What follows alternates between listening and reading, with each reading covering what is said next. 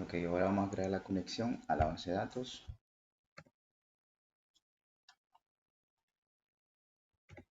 Abrimos nuestro archivo PHP y vamos a escribir dentro nuestro código. La primera variable que voy a declarar sería servidor. El servidor va a tener como valor el localhost. Luego la siguiente variable que vamos a declarar sería usuario, y ese usuario tiene por default el valor root. La siguiente variable sería la contraseña. Esa contraseña va a quedar vacía porque en realidad no tenemos una contraseña para entrar a MySQL. Declaramos una variable base de datos donde su valor va a ser el nombre de la base de datos que hemos creado, en este caso login. Ok, me faltaba un signo igual. Ok, con estos parámetros nosotros entendemos que los hemos ido a buscar en el software, en este caso en MySQL. Ok, para entender, la variable servidor es igual a localhost porque es un servidor local. La variable usuario, por defecto, el usuario sería root. La contraseña hemos hablado que si no tenemos contraseña, pues la vamos a dar vacía, a no ser de que ustedes le hayan creado una contraseña al MySQL para poder ingresar. La variable que hemos creado, base de datos o base de datos, va a contener el nombre de la base de datos que ustedes le crearon en MySQL. En este caso, la creé como login. Ok, vamos a ir a revisar de dónde salieron estos datos. Fíjense bien, nos vamos a ir en el PHP MyAdmin y dentro del MyAdmin ustedes van a encontrar una pestañita que dice cuentas de usuario. En cuentas de usuario van a verificar el nombre de usuario, el nombre del servidor, la contraseña y el nombre de la base de datos que estoy utilizando es login. Ok, de nuevo, el nombre del servidor, el nombre del usuario, la contraseña y el nombre de la base de datos. Si notan, el nombre del usuario es root, el nombre del servidor es localhost, la contraseña no existe contraseña, por lo tanto no voy a poner contraseña. El nombre de la base de datos es login. Ok, ahora lo que vamos a hacer es crear la conexión a la base de datos. En este caso, pues vamos a comentar aquí que crearemos la conexión a la base de datos que ya hemos creado. Voy a crear una variable que se llama conexión. Esta variable lo que va a hacer es contener todos los parámetros de conexión del servidor a MySQL.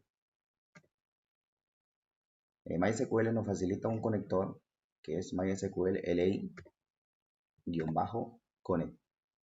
Dentro de los paréntesis vamos a poner la cadena de variables que hemos creado para conectarnos al servidor de MySQL. El MySQL LI Connect, todos sabemos que es el conector que nos va a permitir conectarnos a la base de datos de MySQL.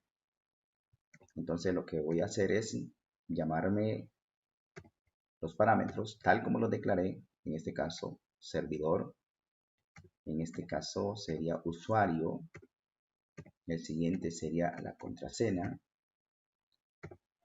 y la otra sería base de datos.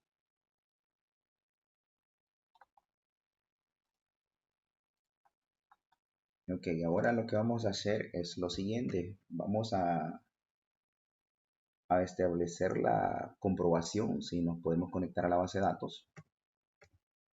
Vamos a comprobar nuestra conexión y vamos a utilizar una estructura if para poder, en este caso, vamos a a utilizar la construcción if para verificar si la conexión falla. En este caso voy a utilizar el operador de negación para decir si la conexión, en este caso, la conexión equivale a los parámetros del servidor, del usuario y de la contraseña y la base de datos. Ok. Vamos a utilizar el D para finalizar la ejecución del programa o mostrar un mensaje de error que nos indica la razón del fallo de la conexión, si fuese el caso, ¿no? Entonces aquí tendríamos que poner un error que la base de datos nos ha fallado o error en la conexión. Luego el operador OR para utilizar el MySQL LI connect error.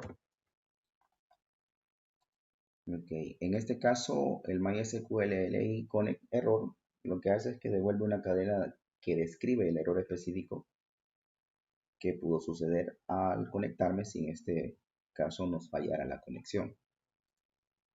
Ok, ahora no hace falta el punto y coma para indicar que hasta ahí vamos a escribir este código en esa línea número 11.